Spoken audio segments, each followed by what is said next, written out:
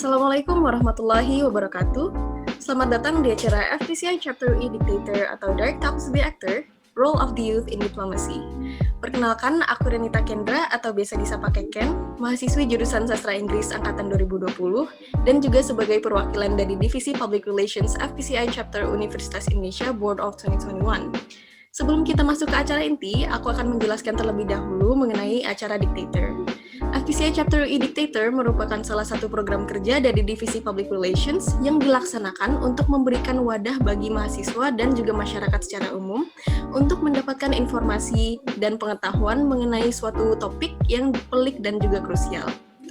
Pada kesempatan kali ini, Dictator mengusung tema Role of the Youth in Diplomacy, dan tentunya kita akan membahas seputar peran, urgensi, dan juga signifikansi anak muda dalam dunia diplomasi. Saat ini bersama aku sudah ada narasumber yang sangat muda, cantik, berprestasi, dan tentunya sangat experienced ya di bidang diplomasi, yaitu Kak Putri Anita Komarudin. Halo Kak Putri, selamat datang. Gimana kabarnya Kak? Halo Keken, Assalamualaikum warahmatullahi wabarakatuh. Alhamdulillah baik, semoga juga Keken dan teman-teman di FPCI selalu baik dan sehat ya, terutama di masa pandemi ini. Ya, Waalaikumsalam Kak Putri, Alhamdulillah aku juga sehat ya. Jadi sebelum kita lanjut, aku akan memaparkan sedikit nih background dari Kak Putri agar audiens itu bisa kenal lebih dekat ya. Jadi Kak Putri Komarudin ini merupakan politikus muda dari Partai Golongan Karya dan sekarang menjabat sebagai anggota Komisi 11 DPR RI dengan masa tugas 2019 sampai dengan 2024 dengan cakupan kerja meliputi bidang keuangan, perbankan, dan juga perencanaan pembangunan nasional. Kak Putri merupakan alumni dari University of Melbourne dengan major di bidang Management and Marketing dan pernah bekerja sebagai Junior Bank Supervisor di Otoritas Jasa Keuangan selama kurang lebih 3 tahun. Dan Kak Putri ini tahun ini terpilih sebagai salah satu delegasi Indonesia dalam Youth 20 Summit yang akan dilaksanakan di Italia pada bulan mendatang dan juga terasosiasi dengan Indonesian Youth Diplomacy. Oke, kita udah tahu nih background-nya Kak Putri, tapi aku juga penasaran nih Kak Putri lagi sibuk apa sih akhir-akhir ini? Ya. Terima kasih Keken atas introduction-nya. Tadi udah komprehensif sebenarnya, udah disebutin semua. Tapi ada beberapa hal lagi yang mungkin bisa aku tambahin untuk teman-teman. Saat ini alhamdulillah menjabat sebagai anggota DPR RI dari fraksi Partai Golkar. Jadi selain penugasan di Komisi 11 dan juga di BKSHP atau Badan Kerjasama Antar Parlemen, alhamdulillah aku juga dipercaya untuk menjadi wakil sekretaris fraksi dari fraksi Partai Golkar di DPR RI. Dan pada saat ini juga mendapatkan mandat sebagai Ketua Grup Kerjasama Bilateral DPR RI dengan Parlemen Tiongkok dan juga menjadi perwakilan wilayah Asia Pasifik pada Biro Perempuan Parlemen Interparliamentary Union atau Majelis Persatuan Antar Parlemen. Dan concern aku sebenarnya sangat heavy di bidang kepemudaan dan juga perempuan. Dan alhamdulillah ini juga akhirnya menjadi jalan untuk aku bisa mengemban amanah sebagai Ketua Kaukus Pemuda Parlemen Republik Indonesia dan juga dipercaya sebagai Ketua Delegasi Y20 Indonesia pada Y20 Summit tahun ini yang akan diselenggarakan di Italia pada 19 sampai 23 bulan ini. Namun karena kondisi seperti ini, summitnya akan berlangsung secara virtual dan nanti aku akan cerita lebih lanjut terkait dengan itu juga. Dan mungkin berbagai peran yang saat ini sedang aku emban ini sebenarnya aku gunakan untuk mengawal berbagai isu yang menjadi fokus utama aku. Misalnya inklusi dan juga literasi keuangan yang sejak zaman kampanye dulu selalu menjadi salah satu fokus utama sampai dengan hari ini. Terus pemberdayaan ekonomi perempuan, lalu kita juga memperjuangkan kepentingan pemuda seperti misalnya bagaimana pemuda bisa lebih aktif berkontribusi dalam hal landscape kebijakan keuangan, perbankan dan juga pembangunan nasional, di mana di situ juga aku bertugas di Komisi 11 dan tupoksinya adalah hal-hal tersebut gitu. Wah, banyak banget ya Kak kesibukannya, jadi merasa honored nih Kakak bisa berpartisipasi hari ini. Jadi juga banyak banget nih perannya untuk kepentingan anak muda dan juga perempuan, keren banget Kak. Jadi karena hari ini kita bakal ngomongin tentang diplomasi, pasti yang paling menonjol adalah pekerjaan Kak Putri ya, yang sekarang merupakan anggota DPR Jawa Barat 7 dan juga sekaligus salah satu delegasi Indonesia dalam Conference Youth 20 Summit di usianya yang masih sangat muda, yaitu 27 tahun. Bener kan Kak? 28 lah tahun ini, cuman 28. in a month. Jadi sekarang masih bisa dibilang 27. Nah, karena itu kita langsung tanyakan aja ya ke Kak Putri. Jadi masuk ke pertanyaan pertama.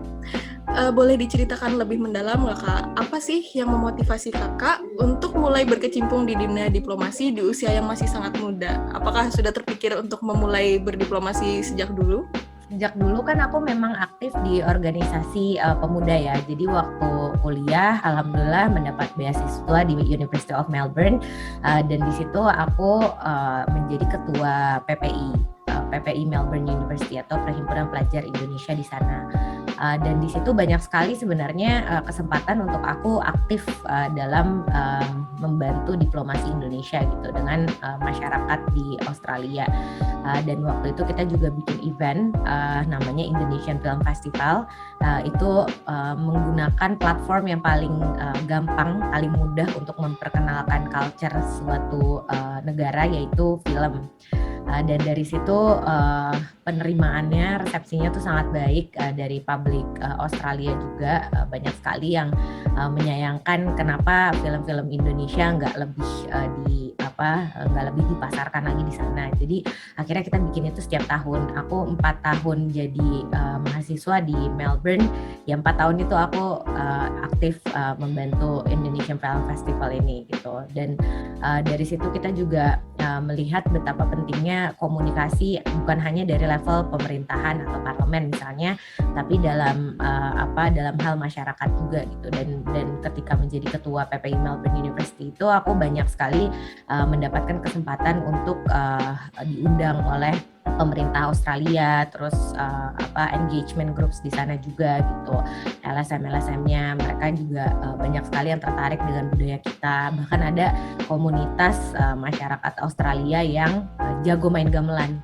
Sementara kalau kita lihat generasi kita berapa sih sekarang yang menekuni budaya-budaya tersebut gitu kan, kayaknya juga kadang-kadang kita juga malu ya kalau melihat masyarakat asing tuh justru lebih antusias sama budaya kita. Jadi ya ketertarikan akan diplomasi ini memang sudah aku mulai dari kuliah lah ya, dari mulai merasakan itu. Dan sebelum aku kuliah di Melbourne juga aku SMA-nya di Singapura. Di situ juga aktif di PPI juga pas SMA di PPI Singapura. Kita juga banyak sekali bikin cultural event di situ. Ada yang namanya Enchanting Indonesia, itu biasanya dulu showcasing berbagai budaya, tarian, makanan dan lain-lainnya, karena kita tahu juga warga negara Indonesia di Singapura juga jumlahnya sangat banyak. Terus di situ juga aku membantu para WNI kita, TKI maksudnya, para TKI yang kebetulan mendapatkan masalah di abuse oleh majikannya di sana gitu. Dan di situ kita pelajar dan mahasiswa membantu KBRI untuk memberikan penyuluhan sampai dengan nanti mereka kembali lagi ke Indonesia. Dan itu kan peranan diplomasi yang sangat penting juga gitu, ketika kita di luar negeri mendapatkan kesempatan yang mungkin banyak teman-teman kita di Indonesia yang tidak bisa berkuliah di luar negeri atau bersekolah di luar negeri, tapi kita menggunakan kesempatan tersebut untuk membantu Indonesia secara keseluruhan, baik itu masyarakatnya maupun dari sisi culture-nya dengan kapasitas yang kita bisa.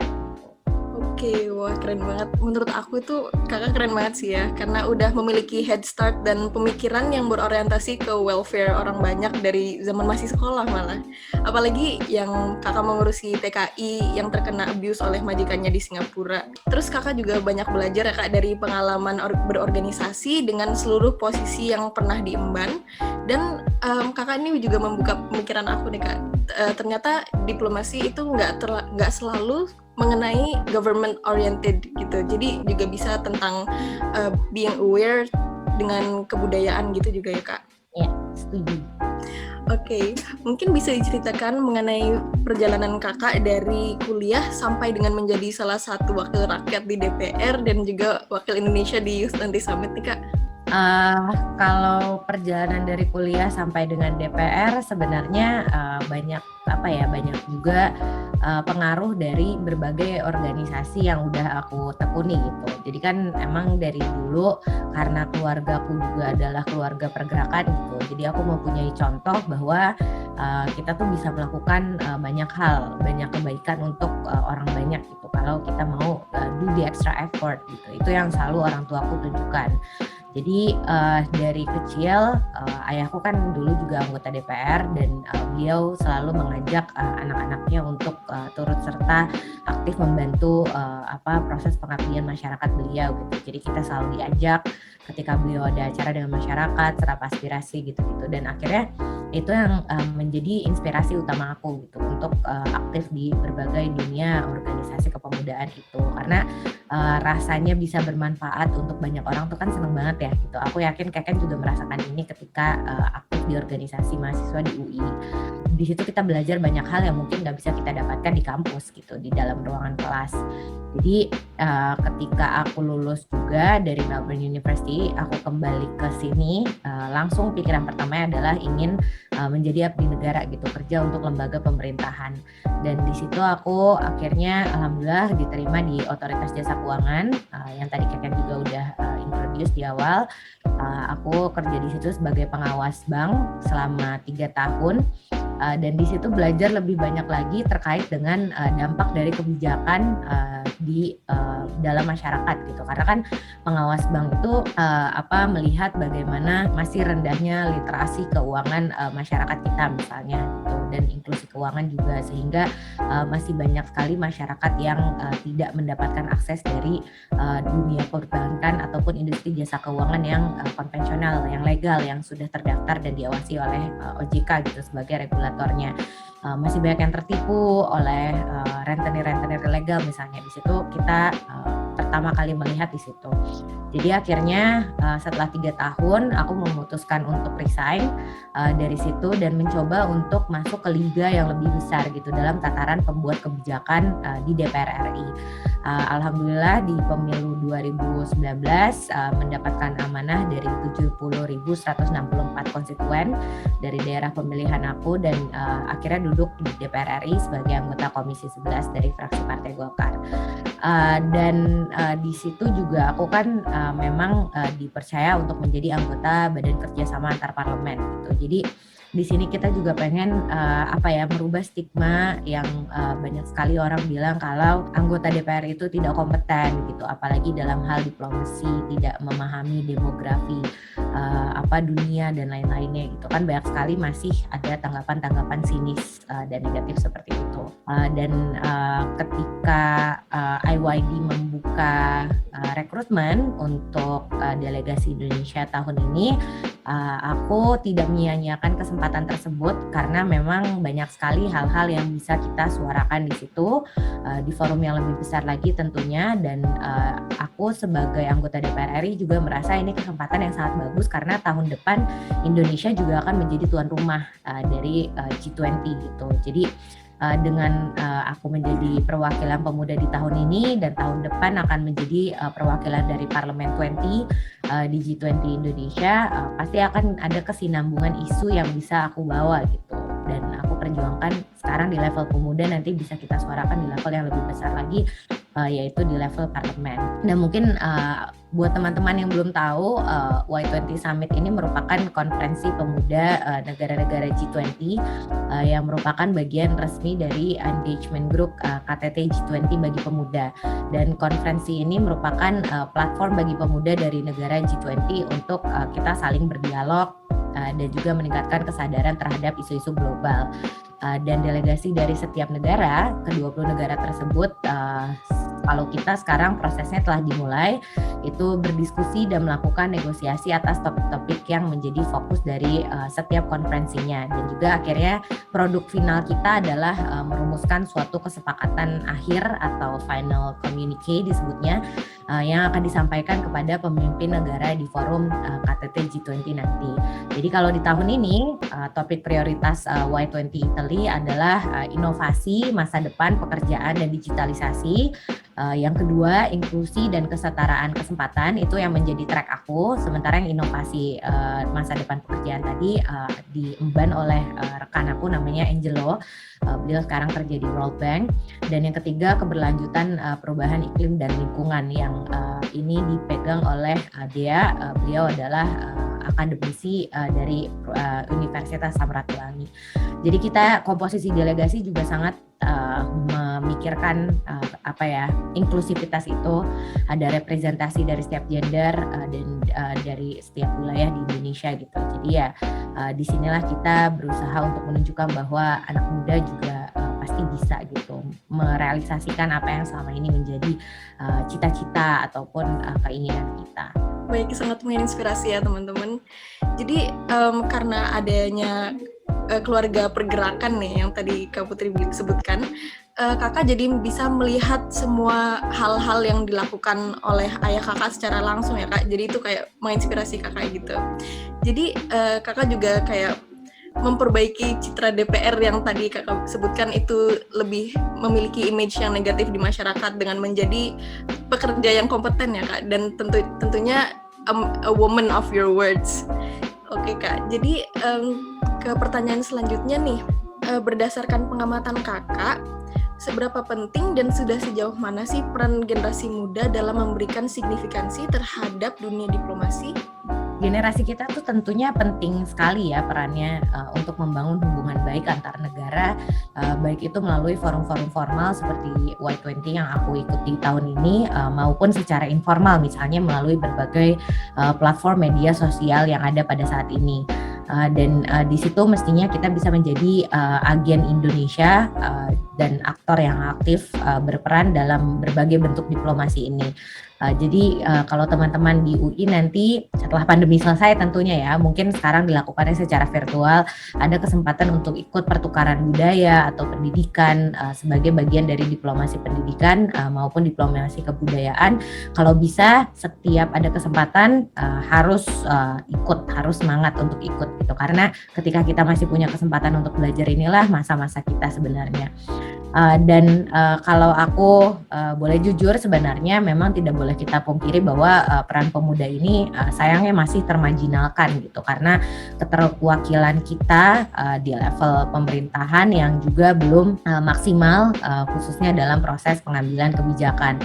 Dan pihak-pihak yang terlibat dalam proses pengambilan kebijakan tersebut misalnya bisa kita bilang sekarang belum cukup merepresentasikan golongan pemuda gitu. Kita tahu pemuda di DPR RI juga masih minoritas, jumlahnya baru 72 orang dari total 575 anggota. Padahal generasi muda ini kita tahu adalah bagian dari bagian yang sangat penting dari masyarakat suatu negara, dan tentu kita mempunyai kepentingan dan juga voice yang berbeda gitu dari kalangan yang lebih senior dari kita. Makanya hal ini juga menjadi salah satu fokus yang aku perjuangkan di Y20 Summit tahun ini. Tapi memang fokusnya adalah agar ke depannya nanti hal-hal yang kita perjuangkan ini bisa menjadi perhatian dan juga ditindaklanjuti oleh pemerintah negara-negara G20 termasuk dengan Indonesia. Baik Kak, jadi berkecimpung di dunia diplomasi itu sekarang sudah sangat accessible ya, bisa dari forum formal maupun informal. Dan harusnya jurusan kita di perkuliahan atau di institusi itu nggak membatasi kita ya Kak untuk berkecimpung di dunia diplomasi. Soalnya kan banyak nih kayak pandangan bahwa yang ikut diplomasi itu bisanya anak HI aja. Karena diplomasi is wide and a crucial thing, dan untuk saat ini peran anak muda itu sangat dibutuhkan ya Kak. Ya, dan kalau aku juga kan bukan anak HI ya, aku ngambilnya Economics and Finance gitu, sebuah dunia yang tidak bisa terlepas dari diplomasi juga, karena kita tahu berbagai kebijakan keuangan dunia itu kan diambilnya di forum-forum seperti G20 ini gitu. Jadi jangan pernah menjadikan major kita di university itu sebagai limitasi kita untuk menjadi apapun gitu. Iya benar banget Kak. Nah, jadi kita lanjut ya Kak ke pertanyaan selanjutnya. Menurut kakak, bagaimana sih posisi Youth 20 Summit dalam G20? Kayak di tahun-tahun sebelumnya, adakah saran kebijakan dari hasil dialog Youth 20 Summit yang diimplementasikan secara nyata? Y20 Summit ini kan memang bagian dari engagement groups yang merupakan aktor sosial dikenalnya yang merepresentasikan kelompok masyarakat gitu. Jadi kalau misalnya di G20 itu ada yang namanya Forum Women 20. Jadi itu perwakilan perempuan-perempuan dari negara-negara G20. Terus ada yang namanya Business 20 juga, itu dari dunia usahanya. Terus ada Think Tank 20, itu lembaga-lembaga riset dan inovasi, itu semua berkumpul di situ. Ada juga Science 20 dan masih banyak lagi engagement groups lainnya yang menjadi bagian dari G20. Dan forum bagi grup-grup ini dibentuk untuk memperluas inklusi dan juga partisipasi dalam proses pengambilan keputusan KTT G20. Di mana rekomendasi formal itu nantinya yang dihasilkan dari setiap forum akan disampaikan kepada presidensi G20. Dan kalau dari rekomendasi kebijakan yang tahun lalu, alhamdulillah di situ juga kita melihat banyak sekali contoh-contoh di mana kebijakan dari Y20 ini banyak yang diambil gitu. Misalnya rekomendasi terkait dengan inklusi dan literasi keuangan itu ada di komunikenya Y20 tahun lalu yang diadakan di Saudi Arabia. Dan di situ banyak sekali negara-negara yang merekomendasikan agar pihak-pihak yang selama ini termarginalize gitu, misalnya minoritas, perempuan, kaum-kaum yang terpinggirkan lainnya, itu mendapatkan akses untuk edukasi keuangan. Dan memang ini sudah banyak menjadi kebijakan di berbagai negara G20 termasuk dengan Indonesia misalnya yang semakin menggalakkan kembali sosialisasi edukasi keuangan tersebut melalui OJK. Jadi kalau diambil berbagai contoh, kita senang sih ya ternyata apa yang menjadi suara dari pemuda itu didengar oleh pihak-pihak yang memang mempunyai power yang lebih besar untuk membuat hal-hal tersebut realisasi. Oke Kak, jadi intinya Youth 20 Summit itu sangat berpengaruh ya Kak dalam penetapan kebijakan. Banyak juga program dan forum yang merupakan bagian dari G20 yang menyediakan inclusivity bagi minoritas untuk menyediakan platform bagi mereka untuk mencapai equality ya Kak. Baik, nah ini pertanyaan terakhir nih Kak, dan ini mungkin bisa menjadi motivasi nih buat generasi muda yang berniat untuk memulai journey untuk berdiplomasi di masa depan. Menurut Kakak, ada nggak sih manfaat yang didapat dari berkecimpung di dunia diplomasi dan terasosiasi dengan Indonesian Youth Diplomacy di kehidupan sehari-hari? Output dari perjalanan diskusi dan negosiasi yang telah dilaksanakan oleh delegasi Y20 tahun ini maupun tahun-tahun sebelumnya itu kan selalu termaktub dalam rekomendasi akhir tadi yang aku sebutkan yang namanya final communique. Dan rekomendasi ini kan menjadi bukti nyata bahwa berbagai aspirasi pemuda dari negara anggota G20 yang berasal dari berbagai sektor itu menjadi rekomendasi kebijakan dalam bentuk tertulis gitu. Jadi dan ini menjadi bukti nyata bagaimana kita bisa membuat sebuah kesatuan dengan perwakilan pemuda-pemuda dari negara G20 lain. Jadi inilah yang menjadi salah satu pentingnya alasan kenapa pentingnya kita harus selalu turut serta aktif dalam berbagai forum internasional. Aku juga belum cerita yang kita perjuangkan untuk tahun ini. Jadi setiap delegasi itu harus come up with 3 proposal di tracknya masing-masing. Dan dalam hal track aku mengambil fokus di political inclusion, terus financial inclusion, dan juga terakhir di education inclusion. Dan aku sangat mendukung keterlibatan teman-teman untuk berkecimpung di dalam forum-forum internasional. Banyak sekali kan forum internasional sebenarnya yang bisa kita ikuti untuk menyuarakan pendapat pemuda Indonesia menjadi perwakilan gitu. Itu menjadi salah satu hal yang menjadi fokus aku juga sebenarnya di DPR, bagaimana kita membuat generasi ini menjadi politisi, diplomat ataupun bisnismen apapun itu yang menjadi cita-cita kita kita gitu, cuman menjadi orang yang lebih mumpuni dan handal gitu. Jadi memang sudah saatnya kita sebagai generasi milenial, generasi Z, whatever you name it, harus sanggup untuk berdiri dan juga mewakili negara kita dengan lantang di kancah internasional. Jadi sebelumnya tentu kita harus bisa memahami dulu seluk-beluk negara kita sendiri gitu. Kita harus menakar kelebihan kekurangannya dan juga melihat dari berbagai perspektif supaya kita bisa menemukan rumusan gagasan-gagasan dan kebijakan yang bisa kita pakai untuk membangun negeri ini lebih baik lagi.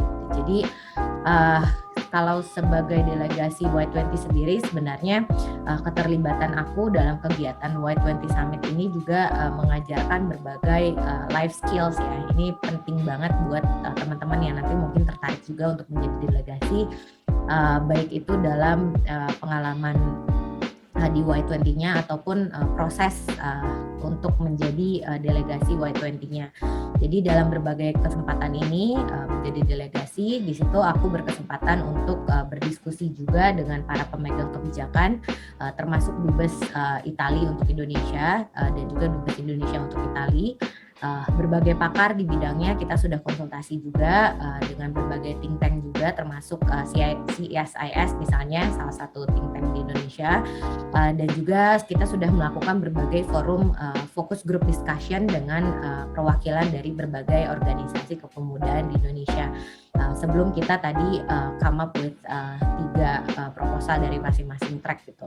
Jadi di situ kan sebenarnya melatih bagaimana kita bisa berpikir kritis, kita bisa mempunyai skill problem solving yang tentu sangat penting untuk kita pakai di dunia pekerjaan ataupun di kehidupan sehari-hari.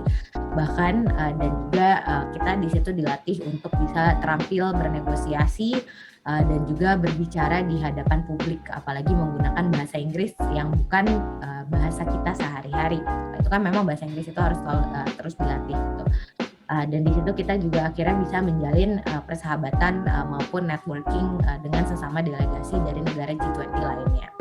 Kalau dari kita sangat akrab dengan delegasi dari Prancis yang memang sangat baik, dan kebetulan juga di Inclusion Track itu delegasi dari Prancis kerjanya di bank sentralnya. Jadi banyak sekali kesamaan pengalaman kerja di situ dengan aku juga. Jadi akhirnya kita berteman dengan delegasi Amerika juga, kita sangat dekat gitu. Ini kan mungkin kesempatan yang tidak bisa kita dapatkan kalau kita tidak mau do the extra mile dan menjadi delegasi untuk suatu forum internasional yang memang menyita waktu gitu. Kadang Sabtu Minggu kita harus pakai untuk negosiasi gitu. Terus setelah pulang kerja malam hari itu kita harus melakukan negosiasi bilateral dengan negara-negara gitu.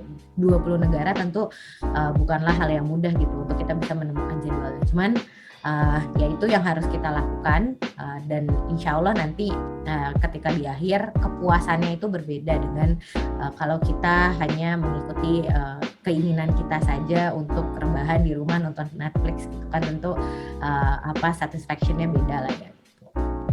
Ya benar-benar eye opening ya teman-teman.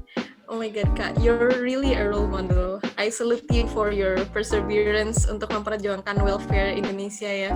Jadi kalau misalnya aku boleh rangkum sedikit, jadi keuntungan yang kakak dapatkan dalam terjun ke dunia diplomasi itu bisa kenal berbagai macam orang dengan berbeda kepentingan ya Kak. Jadi skill negosiasi dan juga toleransi itu meningkat.